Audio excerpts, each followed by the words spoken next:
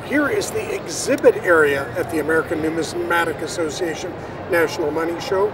Here is where the collectors get together and display some of their cool collections. So here is the exhibit area at the ANA. There's all kinds of really cool pictures and all kinds of exhibits here. Oh my goodness, here's Mack Martin. He's one of the guys, he's the exhibit chairman, isn't he?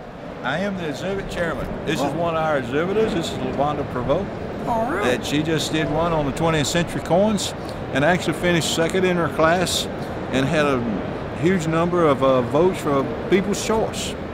And what's involved in being an exhibitor? A little bit of time and a little bit of research and a little bit of story behind your collection that you like and that you'd like to show and entertain people with. And why do people exhibit their collections? I think there's 2 or 3 reasons for that. Is one, to share the knowledge of what they have, to make the friends, and this becomes a family, the exhibit family. And probably number 3 is to just enjoy the hobby. What is it like being an ANA exhibitor? It's fun. This is one of my, yeah, it's fun. What did Mack get you started, and what area do you collect? Paper, coins. Yeah? And yes, Matt got me started. Yeah. What area of paper do you collect? Georgia notes?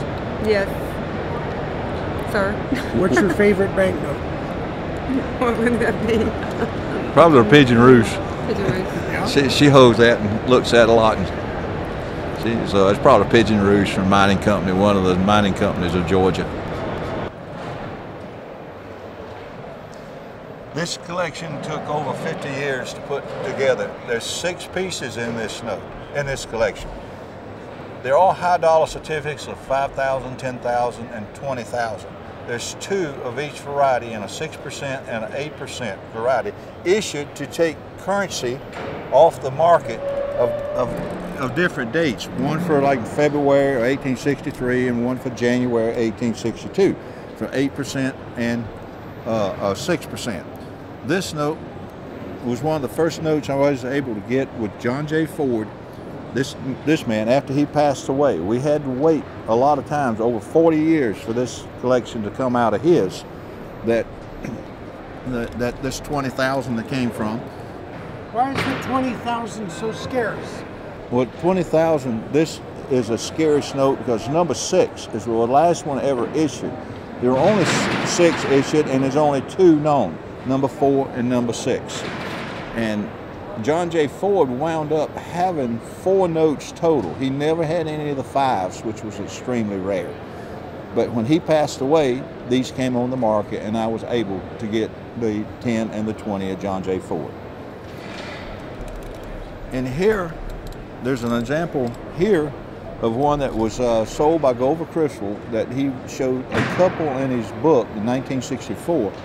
But this one was rare enough that when he sold this note, he sold it under the condition that he could use it again in his next book. That's what's written here. This note sold in 1971 for $750.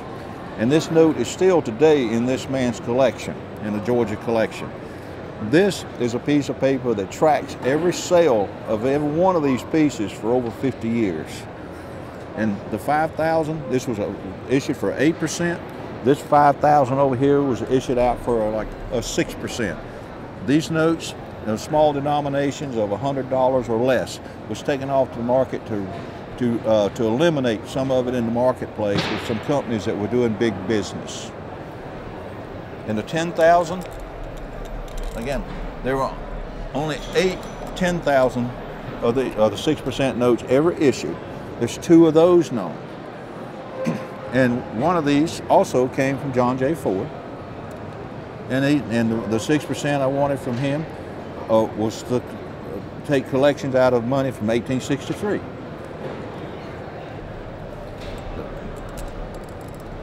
This is the Shenandoah family, Herb and Martha, that collected thousands of notes. Their collection, when they finally passed and sold out, took about, I don't know, 23 auctions to eliminate all their all their holdings. But they only had 3 of these notes. They had a 5,000, a 10,000, and a 20,000, but they were all 8%.